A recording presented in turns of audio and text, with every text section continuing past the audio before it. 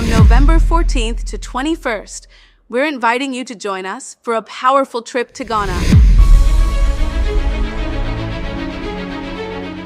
This isn't just a vacation. This is a chance to walk through the same places where many of our people were captured, held, and shipped off into slavery. So don't wait. Secure your spot today. We're making history by walking through it. Will you be with us?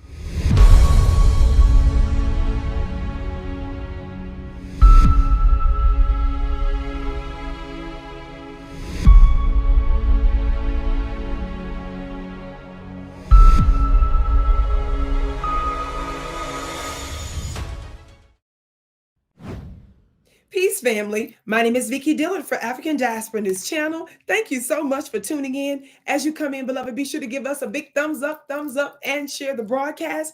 That way other folks will know that we're here. And for that, we say thank you so very much, family.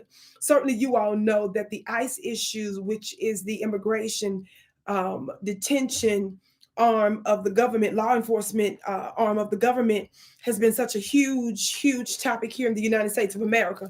Of course, for those of us at the Foundation of Black Americans, our issue has to do with the fact that folks that violate the law are receiving actual money, housing, jobs, insurance, food stamps, and other things that those of us who are the descendants of those that built this country have not received such tangibles. And they have been placed before us, and the resources that have been used to divvy out to them, they actually are taking from very Black taxpayer dollars and labor. Yes, this is the issue that we have. Now, with that being said, the great living legend, the great Dr. Claud Anderson, exposed many years ago in his book, Powernomics, the plot to actually replace us. This is real. And this is what we're seeing today is not by accident. That's another reason why I personally object to this. Now, in a Black news publication called News One, and by the way, Roland Martin, I think, has some connections to this newspaper, even though it's not said here that he wrote this piece. Someone here by the name of Dr. Stacy Patton wrote it. But I know that he at one time at least had direct connections with this group. It says News One, the headline here says, "Dear Black folks, the protests against ICE are absolutely our fight too."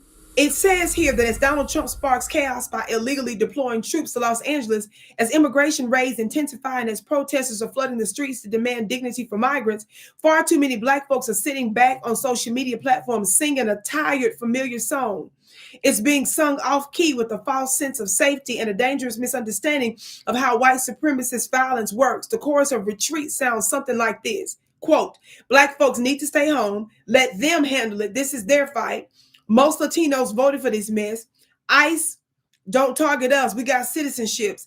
I ain't marching for nobody who won't march for me. And Latinos don't like us anyway." It goes on to say what's really being said underneath all that deflection is this, quote, "If they come for Latinos, I'll be quiet as long as they leave me and mine alone. But if you study history, I mean really study history, then you should already know that they never leave us alone, not for long." Now, this is a misguided individual, a publication that tends to be pushed, supported by members of the affected members of the Boule. Now, there are a handful of decent Boule, because some of y'all reached out to me and said, "Vicki, quit dogging all the Boule. Some of us Boule love you."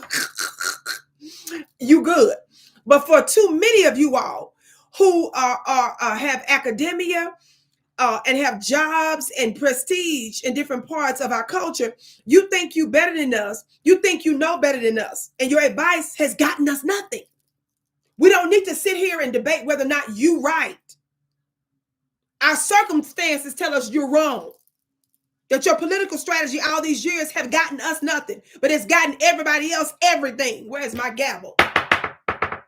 Talk black to me, somebody.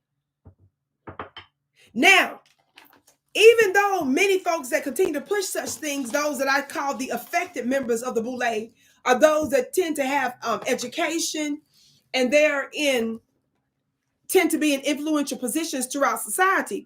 These very Black groups, you have to ask yourself, why is it they wouldn't embrace someone like the great Dr. Claud Anderson, who not only has his doctorate degree, who is not only beloved around the world, who is not only an esteemed economist, watch this, who literally worked for a former Democrat president, Jimmy Carter.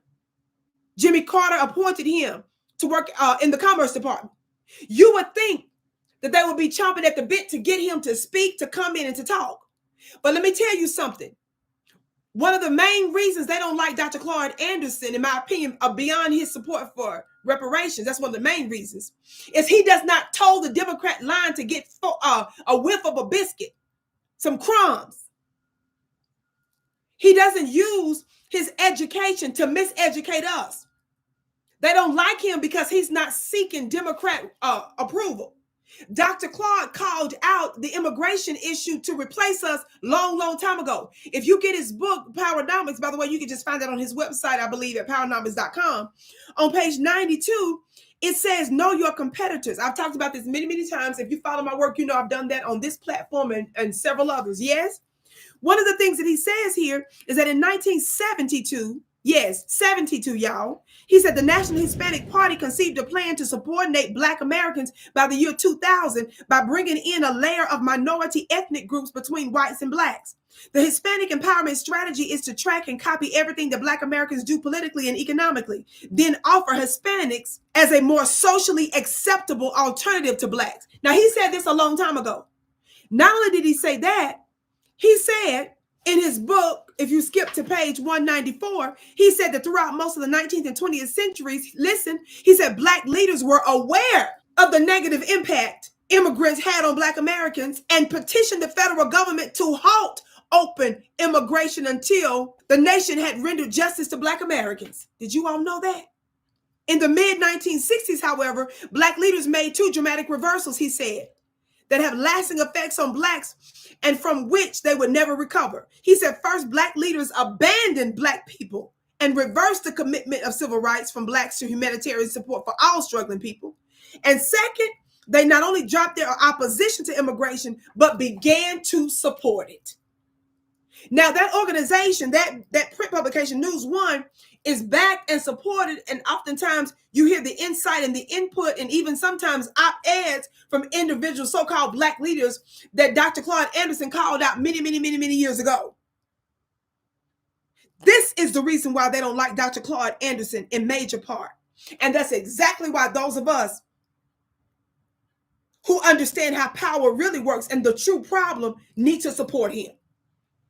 And we need to be looking at his playbook and then start to organize and meet to see how we can implement many parts of it. Yes. My name is Vicki Dillard. I can't wait to hear what you have to say about it. Shout out to the great living legend, Dr. Claud Anderson.